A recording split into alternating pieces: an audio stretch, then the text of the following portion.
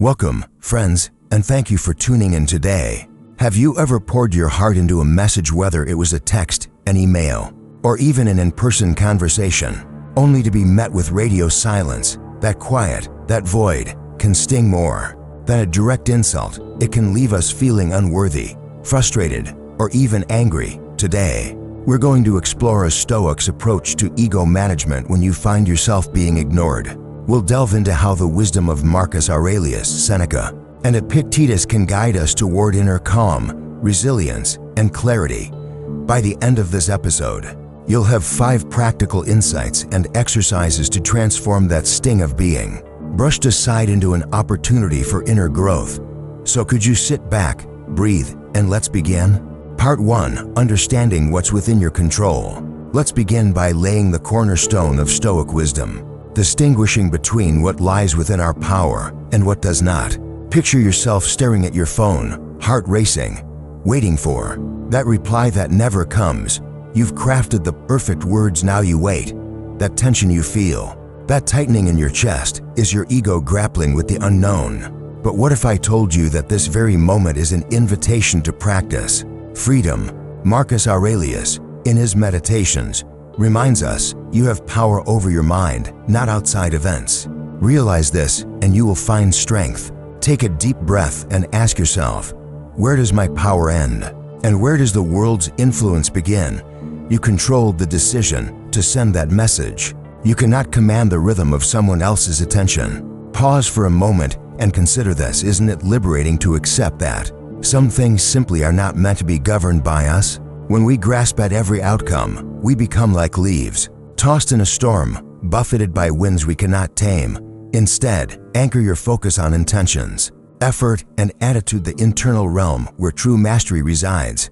Think of Epictetus, once shackled as a slave, yet in his mind, he stood as free as any emperor. He could not break his bonds, but he broke the chains of his expectations. One evening, a student approached him, distraught over a friend's silence. Epictetus quietly replied, "You gave your words, the rest belongs to another. Now tend your soul." In that calm directive lies a profound challenge: to turn our attention inward, caring for our character rather than chasing approval. So when the silence stretches on, gently probe your inner dialogue. Are you telling yourself, "They owe me a response"? That thought plants seeds of resentment. Instead, practice this inner correction. "All I owe is honesty in my actions." Notice the shift when you place value on your virtues: courage, wisdom, temperance. External voids lose their grip on your well-being. Here's a quick exercise to embody this principle. Next time you hit send, mentally categorize your responsibilities. Write in your mind 3 statements. I controlled my clarity of expression, I acted with honesty, and I shall accept whatever follows. The moment you complete this triad, release any tension in your shoulders. You've done your part. Now let the outcome flow where it will. This deep focus on what we can command, the clarity of our intent, the steadiness of our judgment, fortifies us against anxiety. It transforms the heart's hurry into a measured beat, steady and strong. And in this constant rhythm, you reclaim your freedom. By anchoring yourself in what you truly control, your actions, thoughts, and will, you begin to build an inner citadel that no silence can breach. This is the essence of Stoic strength, knowing that while events occur around us, our power lies in how we choose to perceive and respond to them. Part 2. Reframing the silence. When silence greets our outreach, our first instinct might be to fill the void with doubt. Why haven't they replied? What did I do wrong? But silence isn't a verdict, it's a canvas. How we choose to color it transforms our suffering into serenity. Seneca, in his letters to Lucilius, often warned against crafting narratives without sufficient evidence. He writes, "We suffer more often in imagination than in reality."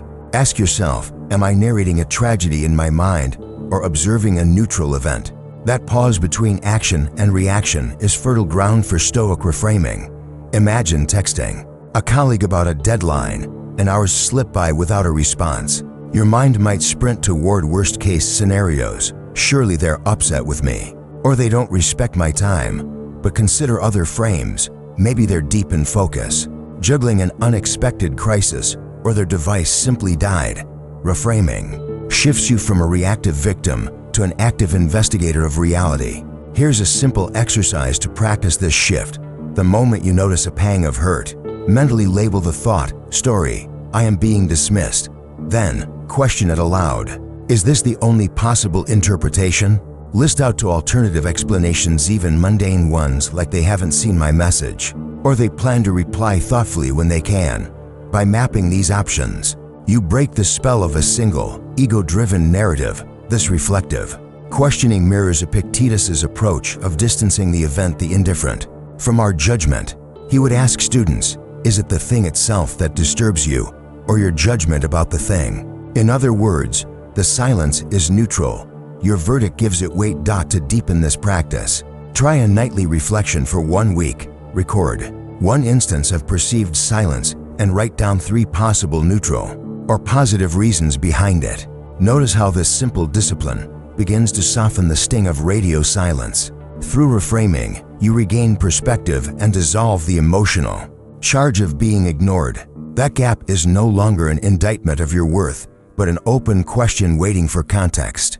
As Marcus Aurelius counsels, if external things pain you, it is not they that disturb you, but your judgment of them. By choosing a kinder, more expansive lens, you cultivate mental spaciousness where doubt once thrived. Reframing the silence isn't about denying pain. It's about refusing to become captive to unexamined stories. It's about welcoming uncertainty with curiosity. What else could this mean? In that curiosity, you discover a quieter, more resilient self, one that isn't derailed by empty inboxes or delayed replies. Part 3. Cultivating indifference to external validation. Now let's tackle a subtle yet powerful trap, the craving for external approval. We've all felt that flutter of anticipation when awaiting a reply, or the surge of pride when someone praises our ideas. But in Stoic eyes, building our sense of self on these fleeting external signals is like constructing our home on sand, unstable and prone to collapse. Epictetus, who once lived under the iron hand of slavery, observed how praise could inflate a person's ego as swiftly as a gust of wind fills a sail. Yet, that same wind can change direction in an instant. He cautioned, if you depend on praise from others, you are held captive by their whims. Reflect on that, surrendering your peace to a chorus of outside voices. Hands over the keys to your prison. Let me pose a question. What would it feel like to find validation solely within your reasoned judgment? Imagine waking each morning and affirming, my worth arises from my character, not from applause. This simple mantra begins to reroute your energy away from the anxiety of waiting and toward the steadfastness of your virtue. Consider Marcus Aurelius, ruling an empire yet intimately aware of human fragility. In his private reflections, he wrote, let no act be done without purpose, nor otherwise than according to right reason. His metric for success wasn't the roar of the crowd, but the quiet alignment of his actions with his principles. He found steadiness not in external acclaim, but in daily commitment to wisdom and justice. To bring this teaching into your life, try this guided practice each evening. Ask yourself, where today did I seek praise? And where did I act for its own sake? Perhaps you shared a bold idea in a meeting, hoping for nods, or you offered kind words to a friend without expecting thanks. Journal these moments. Over time, you'll notice a pattern. Actions rooted in inner values bring deeper satisfaction than those fueled by the quest for external rewards. Next, when you catch yourself scrolling to check for notifications, pause and breathe. Ask, am I seeking value outside what I can control? Then, consciously redirect your attention to a task that embodies your ideals, whether that's writing a paragraph with honesty, practicing patience in traffic, or listening fully to a loved one. By choosing intrinsic over extrinsic motivation, you reshape your brain's default patterns. Seneca once advised, associate with those who will make a better man of you. Surround yourself with people who honor integrity over image, authenticity over applause. Notice how their presence strengthens your resolve to flourish from within. Over time, these small acts accumulate into a powerful transformation. You begin to feel less like a performer on a precarious stage and more like the author of your own life story, writing each chapter with purpose. When external validation comes, welcome it with gratitude, but do not chase it. When it doesn't, remain unshaken, because your foundation is your virtuous intent. In cultivating this indifference to external validation, you unlock a profound freedom. You become your anchor, steadfast in every storm of silence or praise. And in that unshakable place, you find true resilience and peace. Part 4. Turning inward with reflection. Silence can feel like a mirror held up to our soul, reflecting anxieties we often sweep under the rug. Rather than letting your mind buzz with "why am I getting ignored?" the Stoics invite us to pause and turn our gaze inward. This is not navel-gazing for its own sake, but a courageous act of self-discovery and healing. Marcus Aurelius, in his Meditations, wrote with raw honesty about examining his impulses at dawn. When you have trouble getting out of bed, tell yourself, "I have to go to work even though it's boring, tiring, difficult because work of this kind is necessary." Notice how he reframes resistance as an opportunity for growth. Similarly, when you feel that prick of hurt, do not repress it. Acknowledge it as data. "I notice I am feeling ________." Name the emotion: wounded pride, impatience, fear of insignificance. Let me share a simple reflective exercise. Find a quiet moment, perhaps with a cup of tea or a short walk. Ask yourself, what underlying expectation is fueling this discomfort? You might realize you expect constant social validation or fear being forgotten. Now follow with, does this expectation serve my highest self? Often, we discover that our deepest values, wisdom, integrity, inner peace, are overshadowed by transient wants. Epictetus challenged his students to write down their judgments, as if charting a map of their inner terrain. Consider keeping a small journal. After an experience of being ignored, note 3 things. 1. The immediate feeling. 2. The belief triggering it. 3. A Stoic counterpoint. For instance, feeling anxiety. Belief: I am unimportant. Stoic response: my worth lies in virtue, not in reception. Over time, this practice rewires your mind, replacing reactive loops with reasoned calm. Notice the transformation. What once triggered you becomes an invitation to strengthen your mind's muscle, just as athletes use resistance training to build physical strength. Stoic reflection is resistance training for the spirit. Seneca reminds us we should give as much attention to our actions as we do to our words. In reflection, actions include how you speak to yourself. If the inner voice is harsh, "They're ignoring me because I'm a failure," treat it like an unkind acquaintance. Offer a gentle correction: "I choose to value my efforts, not their response." This compassionate self-dialogue nurtures resilience. Reflection also illuminates the fleeting nature of all feelings. As Marcus observed, emotions are like clouds passing across the sky of the mind. They arise, linger, and dissipate. When you anchor to virtue and self-awareness, you watch these clouds without being carried away by the storm. By consistently turning inward, honoring your emotions without being ruled by them, you cultivate a stable inner watchtower. From that vantage point, the external silence no longer feels like an attack, but merely the environment in which your inner clarity shines brightest. Part 5. Responding with empathy and assertiveness. Even after cultivating inner calm, there comes a moment when we must bridge the silence with action, without sacrificing our serenity or our dignity. This is where Stoic empathy and assertiveness meet. The art of expressing our needs clearly while honoring the other person's autonomy. Begin by pausing to ask, what outcome do I genuinely seek? Is it simply a reply, closure, or perhaps reconnection, clarifying your intent before composing? A follow-up sets the tone for both compassion and confidence. Marcus Aurelius noted that our communication should flow from a place of mutual respect. Speak to the point, but speak with kindness. Imagine you've waited 2 days with no response. Your heart may tighten and impatience may arise.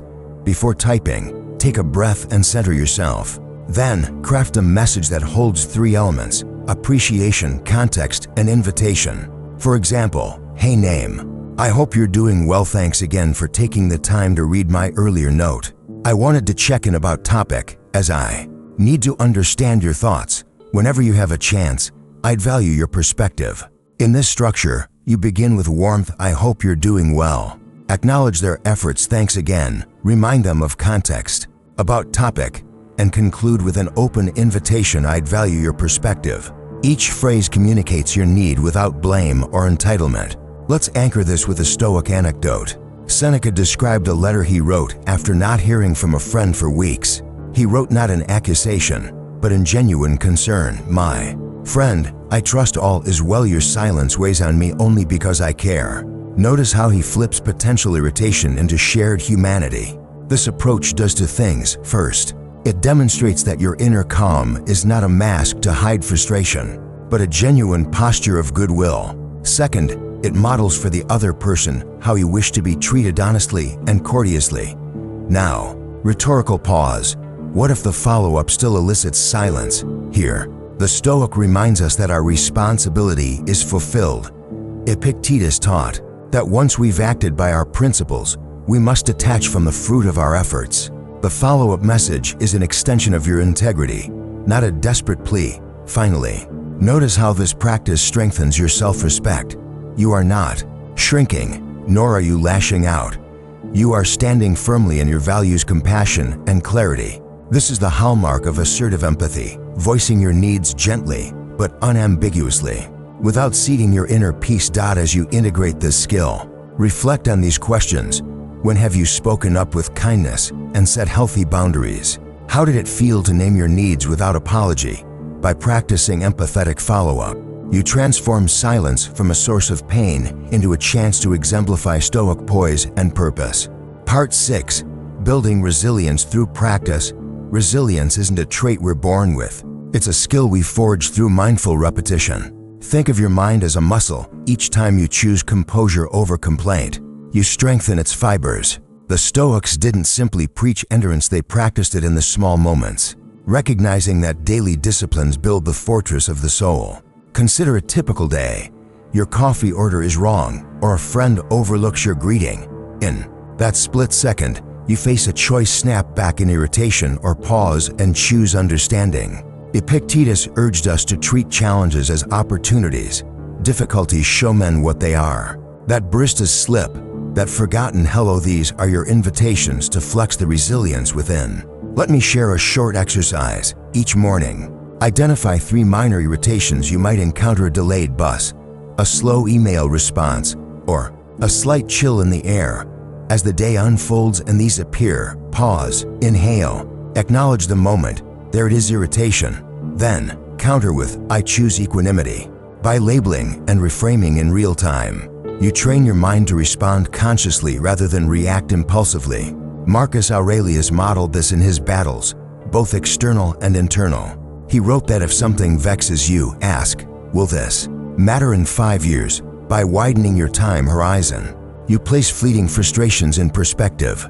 A missed reply becomes a blip on the timeline of a life dedicated to virtue, not a defining crisis.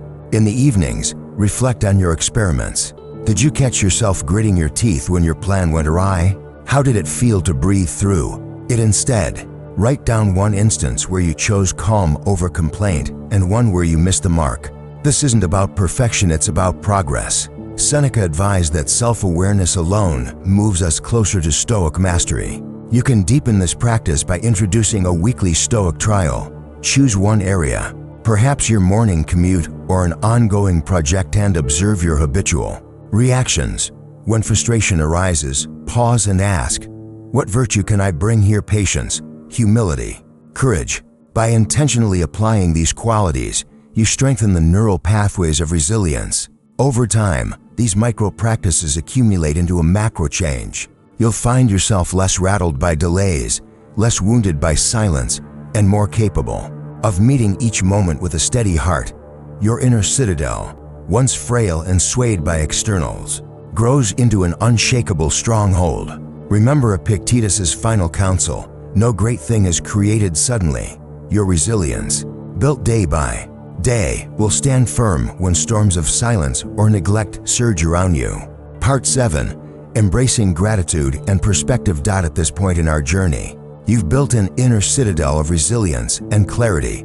Now, let's open its gates and let in the light of gratitude and perspective.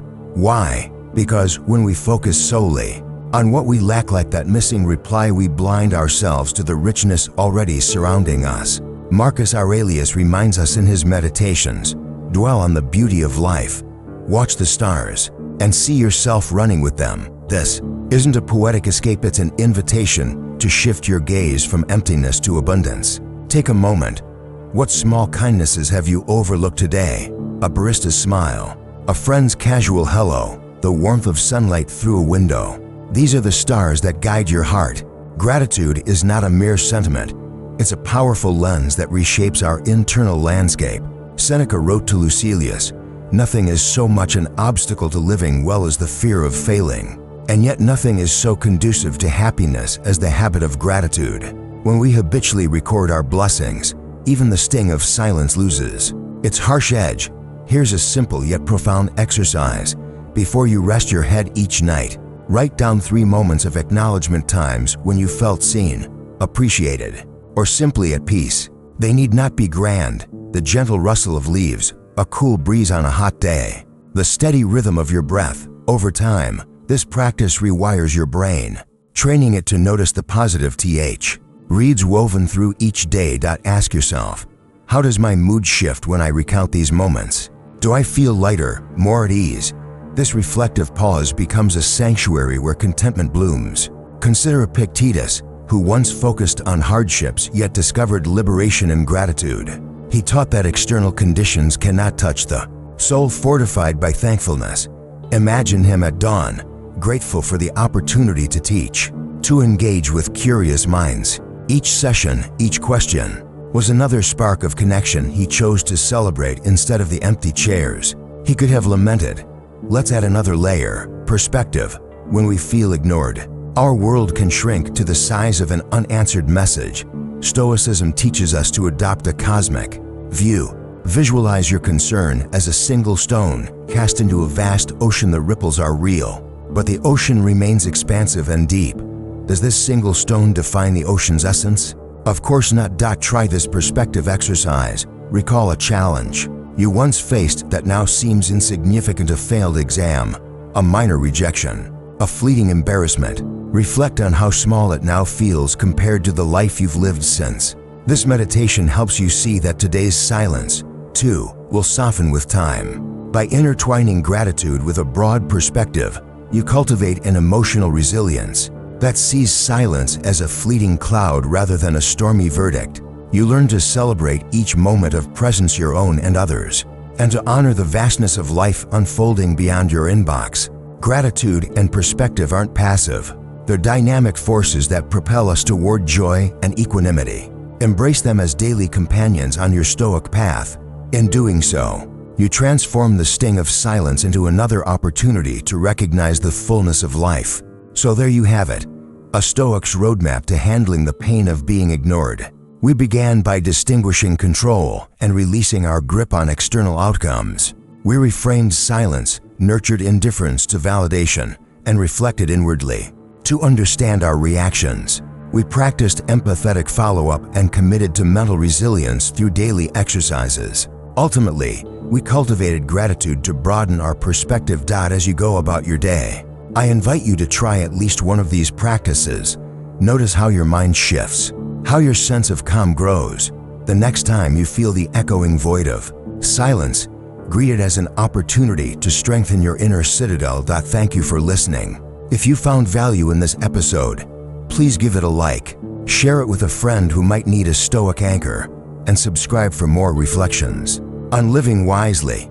Until next time, stay calm, stay curious, and remember, true power lies within.